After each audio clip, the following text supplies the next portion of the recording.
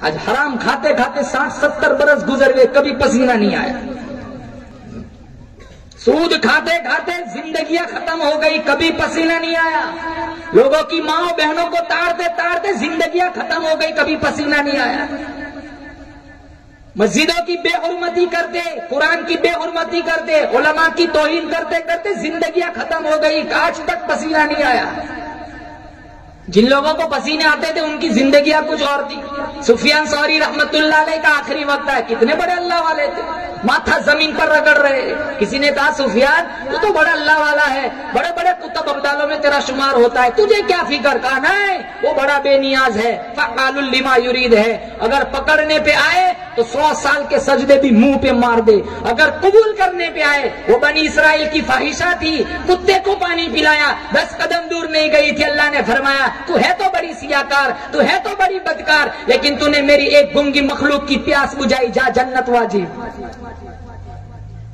اور پکڑنے پہ آئے مسلمانوں 500 سال کے سجدے بھی منہ پہ مار دے۔ اللہ کو کیا ضرورت ہے؟ ہم 4 نماز کیا پڑھے، ساری دنیا کافر نظر آنے لگتی۔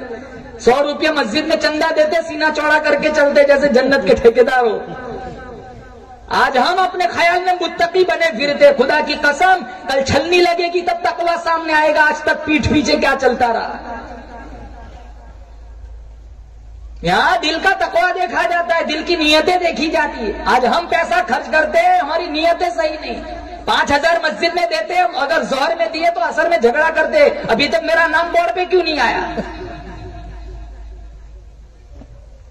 ایسے پیسوں کی اللہ کو کیا ضرورت ہے؟ مدینہ منورہ میں بادشاہ تھا، اس نے مسجد بنائی اور اس کا ایک ذہن تھا کہ اس مسجد میں صرف میرا حصہ لگنا چاہیے اور کسی کا نہیں۔ اتنی عالی شان مسجد بنائی، چاروں طرف اس مسجد کا چرچا ہوا اور اس مسجد پر اس نے اپنا نام لکھوایا۔